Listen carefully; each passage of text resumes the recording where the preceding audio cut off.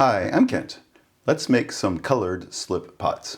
So when I redid my garage studio here, I uncovered something else that I had forgotten about, and that was some colored slip. So a long time ago, I had mixed up the slip here. It has some iron oxide and some other ingredients in it, and it actually has had some other things added to it since then. So I don't know exactly what's in here, but it'll fire to a gray. And then I also went ahead and took all my reclaimed slip that had colorants in it as well, some of it from this iron, and made a second slip bucket. So here is my regular slip, and here is my reclaimed slip that has some contaminants in it, basically some colorants in it. It's still perfectly good, it just doesn't fire nice and white. And I think this will show you that my slip buckets have been working well, and the stand that it's on, it's working okay. I needed to put a board here because they wouldn't quite fit, but if things are just in the right position, it's okay. The weight isn't the problem, it's much more about the surface area. But this has been working well, and so I'm happy with the spigots. One thing I did do is pick up a bottle brush. So I got a set of bottle brushes. Actually, it was a multi-pack, so it has a bunch of different sizes, and I got this so I could clean out the spigot. I was a little bit worried that clay might get built up in here, and so when the spout is open, I actually go and shove this up in here and brush it out. I've done that once or twice, and I haven't found anything build up, but I got it just in case. So that's the slip. What am I going to do with it? Well, I think I actually want to do a blend from this here, which will fire a much darker gray, to my reclaimed slip over here. And I've made some pots with that, and it fires to this grayish color here. So the inside here is unglazed, and if you compare that to the original clay body, you can see the difference in color, or hopefully you can see the difference in color. It's a relatively light gray, nothing crazy, but I basically want to do a blend. So I want to have this at one extreme, this at the other, which I don't exactly know what color it is, and we'll do two stops in the middle, and then we'll use that to make some colored pots. So I think it's going to be handy to dose out the slip. So I'm going to go ahead and put some in these bottles here.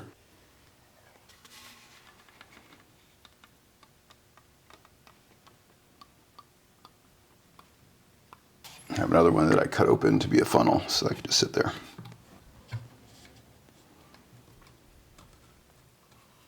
All right, so there is the straight up dark one. So this one I want to be 2/3 of the dark.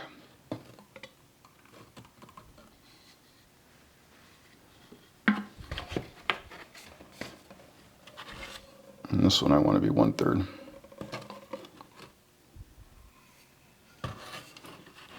All right, so one full of the dark slip, one that's got 2 portions, one that's got 1 portion, one that has 0 portions. So now we'll go the other way. We'll have this one full of the slip. We'll put 2 portions of the regular slip in here, 1 portion, and then 0. So I'm gonna set this off to the side.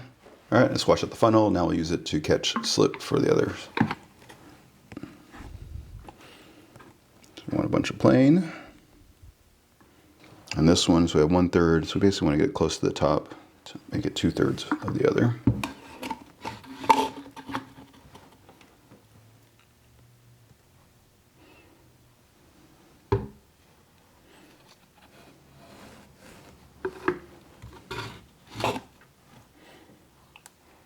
And the last one, fill the remaining 1/3. So here we go, we have our blend. So we're going from 100% of the dark to 100% of the light, 2/3 of the dark and 1/3 of the light, and then 2/3 of the light, 1/3 of the dark, approximately. All right, off camera, I went ahead and labeled all these, and I mixed them up really well. I actually dumped the slip out into another container and stirred it all up and put it back in. And I pulled out a mold. This here is a bowl, and I think it's gonna be the easiest one to show you the pattern I'm gonna try and do. So the idea is to do layers of slip. So I'm going to start with the darkest slip at the bottom and put it in here and just a little bit, and then rotate the mold around so it goes up slightly up the sides. Then do the next darkest one and go slightly farther up. The next darkest one goes slightly farther up, and then the lightest one, which I'll actually get out of the bucket and fill the rest of the way so it sets. And the end effect is basically like this landscape of mountains. It's really cool. I've done it a few other times with different colored slips. I think the gradient's going to be fun. And that's one of the reasons I put it in the bottle, so I can control how much slip I'm putting into the bucket and not drip down the sides.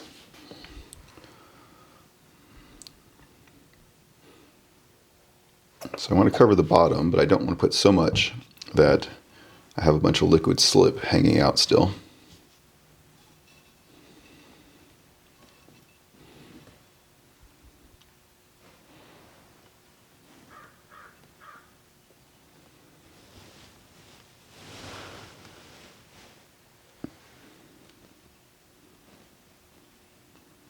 All right, there we go. You can see it going up the sides just a little bit. So that's the kind of bottom of the mountains. All right, and the next color, add some around here.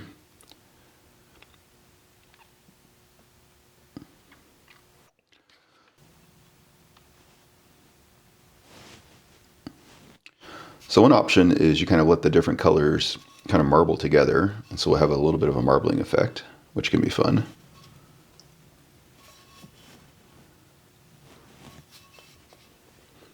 And I'm just going up slightly farther than before. And basically in a random pattern. And obviously these layers on the wall are very, very thin. All right, so the next round of mountains. So now we'll do the 1/3. Go up even farther.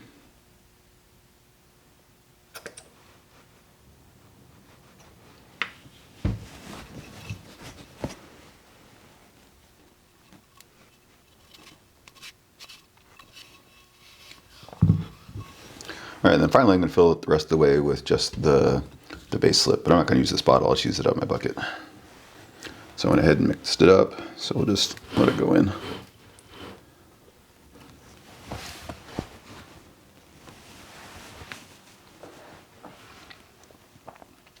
And so this slip here will both be the top layer, so it's going to be the background of the mountains, if you will, or the sky. It's also going to be the body of the pot. So this is the one we're going to let it sit and build up the walls of the pot.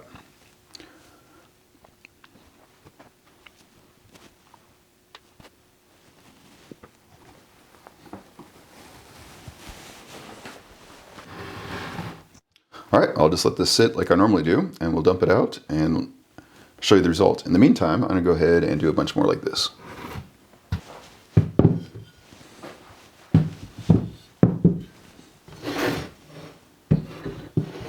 And for these tall ones, it's really helpful to have these bottles. So back to the 100, down to the bottom.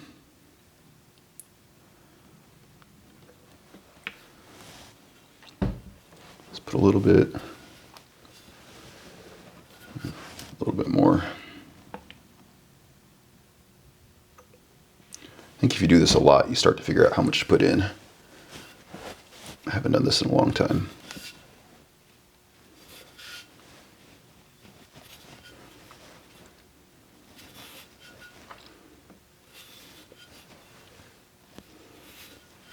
Right.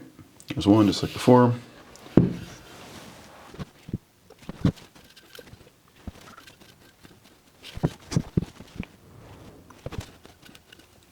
And obviously this is very organic, so you can kind of go up the side as much as you want or as little as you want.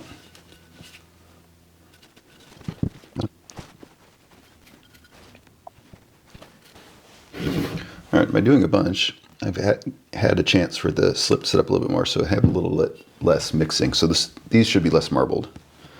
So now the 66, 2/3.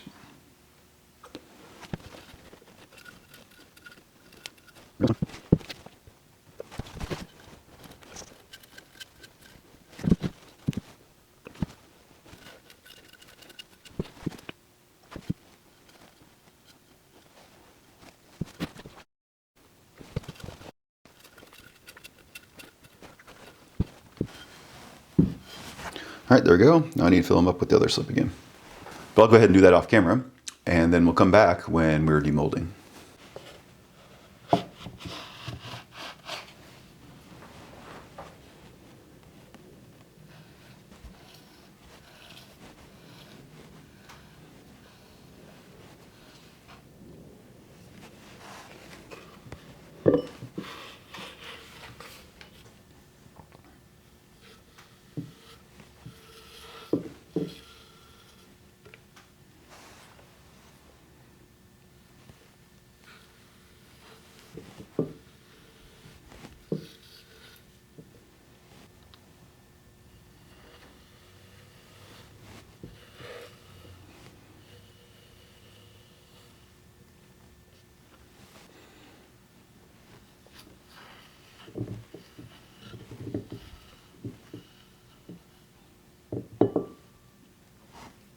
All right, just trimmed all of the rims off and threw that excess clay in the reclaim so I can turn it back into slip eventually. Let's go ahead and demold these.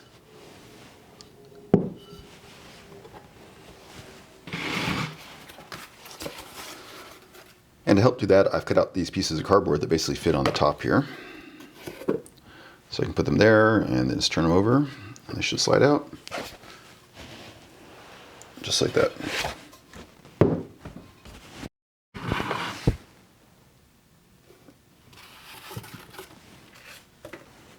All right, and here's the bowl. So this is going to change a lot when it gets fired. It'll go from red to gray, as I mentioned, but you can see the bottom layer, the next one, and then finally the body. This one marbled a little bit. That should be cool.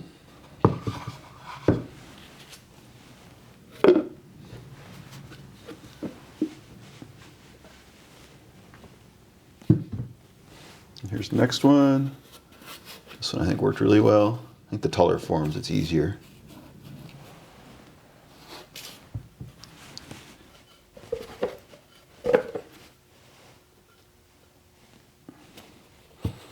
Here's the little bowl.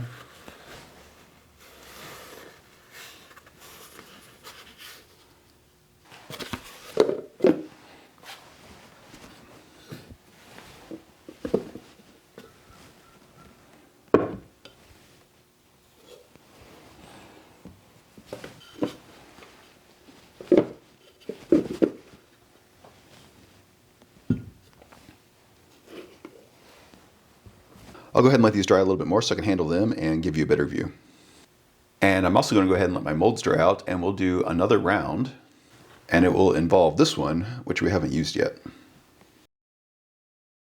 These have all firmed up and they're getting close to dry, not quite.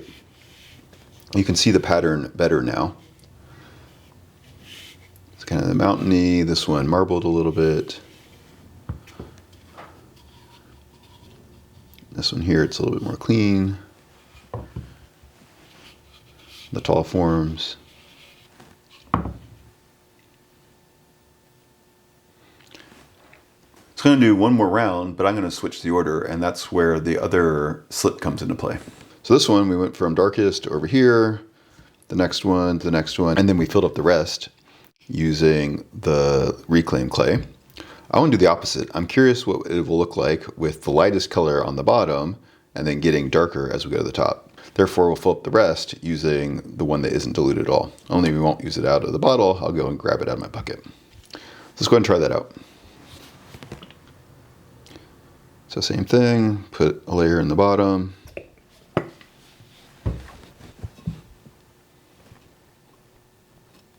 So now for the next color.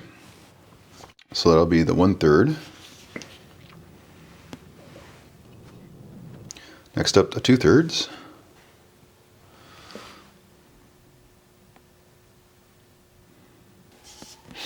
All right, as mentioned, I want to fill up the rest with 100%.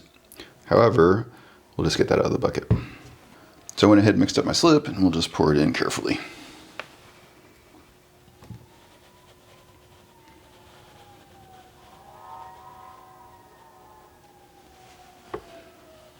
And while I was at it, I did the same thing to a bunch of others.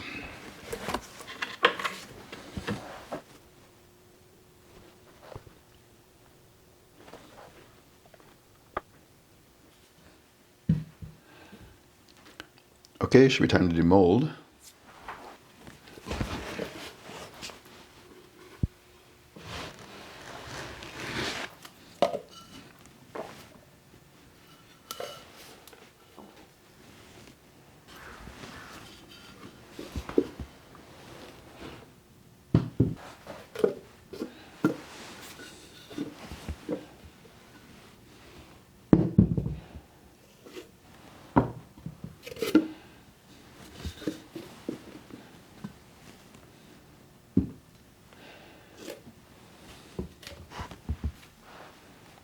All right, there we go. The reverse pattern, I think that's pretty cool as well. Becomes more obvious as they dry out for sure. Again, for a more direct comparison.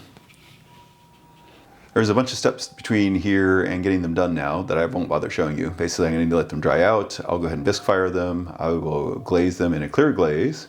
And when the glaze kiln is done, I will pull them out and show you the results. Well, that took longer than expected. I always forget how long it takes to go from fresh pots to fully glazed ones. And it didn't help that I ran out of one of the key ingredients for my clear glaze along the way. However, I had a good glaze firing and I can show you the results. So these are the first ones that I did. You can see that the slip fired into this grayish brown color, probably more brown than gray. And you can see the really cool mountain effect. So there are these tall ones. I went ahead and put holes in them, so planters. Similar. And a couple of smaller bowls. These all turned out really well. I had a little bit of slip from my previous castings that was discoloring the clay body at the top a little bit. I figured that would fire out, and I really don't see it at all. So if you noticed that before, then I don't think it's an issue. Although the molds definitely still have some iron in them.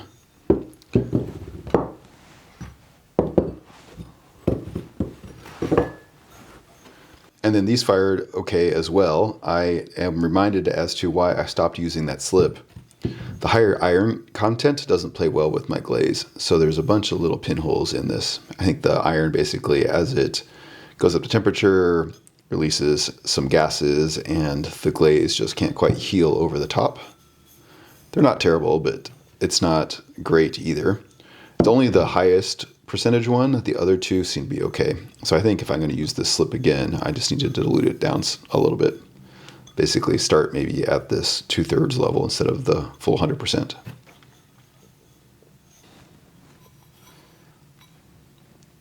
Bowls, give them some of this pin holding.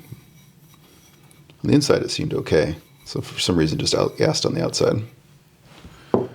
And this one here, if you were looking closely, you'll notice the inside is actually just the regular slip. I didn't show this, but I had run out of the dark colored slip to fill this up all the way. So I just went ahead and coated the outside and then filled it up with the reclaimed slip.